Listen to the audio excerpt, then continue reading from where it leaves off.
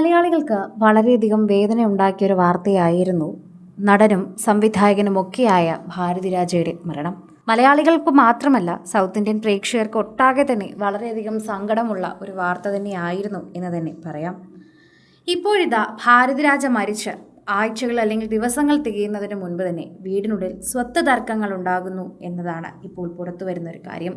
ഭാരതിരാജയുടെ മകനും നടനുമായ മനോജ് കുമാർ അകാലത്തിൽ അന്തരിച്ചിരുന്നു എന്നെല്ലാവർക്കും അറിയാം. മലയാളി നടിയായ നന്ദനെ ആയിരുന്നു അദ്ദേഹം വിവാഹം കഴിച്ചത്. മനോജിന്റെ വിയോഗത്തോടെ ഒറ്റപ്പെട്ടു പോയ നന്ദനെയും മക്കളെയും നോക്കുകുത്തിയാക്കി രാജയുടെ മകൾ ജനനി ഐശ്വര്യ സ്വത്തുക്കൾ സ്വന്തം പേരിലാക്കി എന്നുള്ള ആരോപണം പരക്കെ കേൾക്കുന്നുണ്ട്. നന്ദൻ ഇതിനെ ചോദ്യം ചെയ്തെന്നും തേനിയിൽ നടന്ന രാജയുടെ സംസ്കാര ചടങ്ങുകൾക്കിടയിൽ ഇതേ ചൊല്ലി മകളും മരുമകളും തമ്മിലുണ്ടായ വാക്കുതർക്കങ്ങൾ ഒടുവിൽ നന്ദനയെ മർദ്ദിച്ചതായും വാർത്തയിൽ പറയുന്നുണ്ട്. ജീവിതത്തിൽ അഗാധമായ പ്രതിസന്ധികളും സങ്കീർണതകളും സിനിമയിൽ ആവിഷ്കരിച്ച ഭാരതിരാജ ഓർമ്മയാകുമ്പോൾ അദ്ദേഹത്തിന്റെ കുടുംബത്തിൽ നിശ്ചലമായി പോകുന്ന അല്ലെങ്കിൽ വളരെയധികം ദുഃഖമായി പോകുന്ന കാര്യമാണ് കേൾക്കുന്നത്. ഒരു അപഖ്യാതി കൂടിയാണ് കേൾക്കുന്നത്. ഭാരതിരാജയുടെ മൃതദേഹം ചിതയിൽ വയ്ക്കും മുൻപ് തന്നെ അദ്ദേഹത്തിന്റെ 500 കോടിയിലധികം വരുന്ന സ്വത്തുക്കളെ ചൊല്ലി മകളും മരുമകളും തമ്മിൽ തർക്കം, കയ്യാങ്കളി ഒക്കെ ഉണ്ടായി. മലയാളികൾക്കൊക്കെ സുപരിചിതനായ ഭാരതിരാജ ശരിക്കും പറഞ്ഞാൽ മലയാളികളുടെ ഒക്കെ തന്നെ അഭിമാനമായിട്ടുള്ള പല ചിത്രങ്ങളും കൈവരിച്ചൊരു വ്യക്തി. ഭാരതിരാജ സംവിധായകൻ എന്ന നിലയിൽ അതിപ്രശസ്തനാണെങ്കിലും മകൻ മനോജ് കുമാർ നടൻ എന്ന നിലയിൽ തമിഴ്നാട്ടിൽ അറിയപ്പെടുന്ന ഒരു വ്യക്തിയാണ്. ജീവിച്ചിരുന്നെങ്കിൽ ഇപ്പോൾ അദ്ദേഹത്തിന് 50 വയസ്സുണ്ടാകുമായിരുന്നു. കഴിഞ്ഞ വർഷം മാർച്ച് മാസത്തിലാണ് ഹൃദയാഘാതത്തെ തുടർന്ന് ജീവൻ നഷ്ടമായത്. നടൻ, സംവിധായകൻ, നിർമ്മാതാവ്, പിന്നണി ഗായകൻ എന്നീ നിലകളിലെല്ലാം തന്നെ തമിഴ് സിനിമയിൽ സജീവമായിരുന്നു മനോജ് കുമാർ.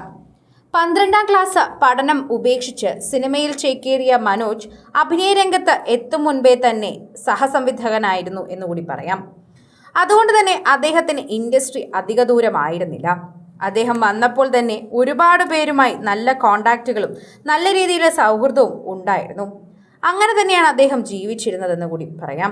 മറ്റൊരു കാര്യം എല്ലാവരും ശ്രദ്ധിച്ചിരുന്നത് ഇപ്പോൾ ഓർമ്മയുണ്ടാകും.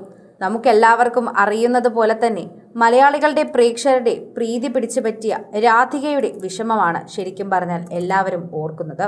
രാധികയുടെ സുഹൃത്തും പിതൃതുല്യനും ഒക്കെയാണ് ഭാരതിരാജ. അദ്ദേഹമായുള്ള അടുപ്പം കൊണ്ട് തന്നെയാണ് ശരിക്കും പറഞ്ഞു കഴിഞ്ഞാൽ രാധിക അത്രമേൽ കണ്ണീരോടെ അവിടെ ഇരുന്നത്. ഭാരതിരാജയുടെ മൃതശരീരത്തിനടുത്ത് മകളോ മരുമകളോ മക്കളോ ആരും തന്നെ ഇരിക്കുന്നതിനേക്കാൾ കൂടുതലും ആത്മാർത്ഥതയോടെയും വിഷമത്തോടെയും ഇരുന്നതും കണ്ണ് കലങ്ങിയിരുന്നതും ഒക്കെ തന്നെയും രാധിക തന്നെയാണ് എന്ന് പറയണം. ഓരോ കൃത്യമായ വാക്കുകളും അതിനെക്കുറിച്ച് സംസാരിക്കുകയും ചെയ്യുന്നുണ്ട് എന്നുകൂടി നമുക്ക് മനസ്സിലാവുന്നുണ്ട്.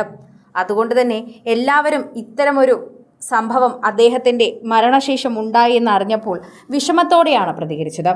ആർക്കും ഇതൊന്നും മനസ്സിലാകുന്നില്ല. എന്താണ് സംഭവിക്കുന്നതെന്ന് പോലും തിരിച്ചറിയാൻ പറ്റാത്ത രീതിയിലേക്കാണ് അദ്ദേഹത്തിൻ്റെ കുടുംബത്തിൻ്റെ കടന്നുപോകുന്നത്. സിനിമ, ഫാഷൻ, ലൈഫ് സ്റ്റൈൽ വാർത്തകൾക്കായി മലയാളി ലൈഫ് സബ്സ്ക്രൈബ് ചെയ്യൂ. ലേറ്റസ്റ്റ് അപ്ഡേറ്റ്സിനായി ബെൽ ബട്ടണും അമർത്തൂ.